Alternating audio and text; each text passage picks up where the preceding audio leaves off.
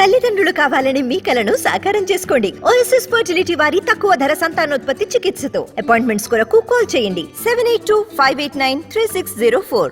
ప్రధాని అభ్యర్థిగా మల్లికార్జున ఖర్గేపై ఇండియా కూటమి ఏకాభిప్రాయానికి రాలేకపోయింది. మమతా కేజ్రీవాల్ ఖర్గే పేరును ప్రతిపాదించగా నితీష్ లాలు వ్యతిరేకించినట్లు తెలుస్తోంది. అయితే ప్రధాని అభ్యర్థి ఎవరనేది తర్వాత తేల్చుకుందామని, ముందు గెలవడంపై దృష్టి పెట్టాలని ఖర్గే హితవు పలికారు.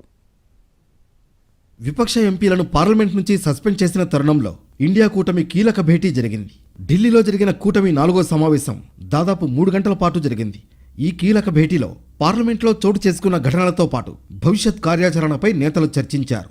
కూటమి ప్రధానమంత్రి అభ్యర్థిగా కాంగ్రెస్ జాతీయ అధ్యక్షుడు మల్లికార్జున ఖర్గేను మమతా బెనర్జీతో పాటు కేజ్రీవాల్ ప్రతిపాదించినట్లు సమాచారం. దీన్ని నితీష్ కుమార్, లాలూ ప్రసాద్ యాదవ్ వ్యతిరేకించినట్లు తెలుస్తోంది. ప్రధాని అభ్యర్థిత్వంపై ఇప్పుడే ప్రకటన చేయొద్దని ఖర్గే వారించినట్లు తెలుస్తోంది. తొలుత సమిష్టిగా పోరాడదాం, ఆ తర్వాత ప్రధాని అభ్యర్థిని నిర్ణయిద్దాం అని ఖర్గే స్పష్టం చేశారు. సంఖ్యాబలం లేకుండానే ప్రధానమంత్రి అభ్యర్థి ఎవరో ఆలోచించడం సరికాదన్నారు. हमने पहले सभी लोग जीत के आना है, जीत के लिए क्या करना उसके बारे में हम सोचे. कौन प्राइम मिनिस्टर बनना ये बाद में की बात है.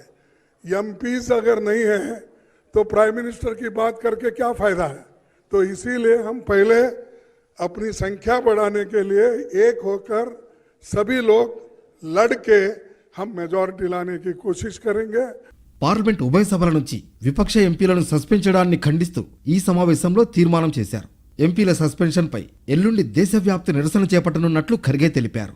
సీట్ల పంపకాలు రాష్ట్ర స్థాయిలోనే జరుగుతాయని, అక్కడ ఏదైనా సమస్య ఉంటే కేంద్ర స్థాయిలో చర్చిస్తామన్నారు. జనవరి 2వ వారంలోగా ఇండియా కూటమి పార్టీల మధ్య సీట్ల పంపకాలను ఖరారు చేయాలని నిర్ణయించుకున్నట్లు ఖర్గే చెప్పారు.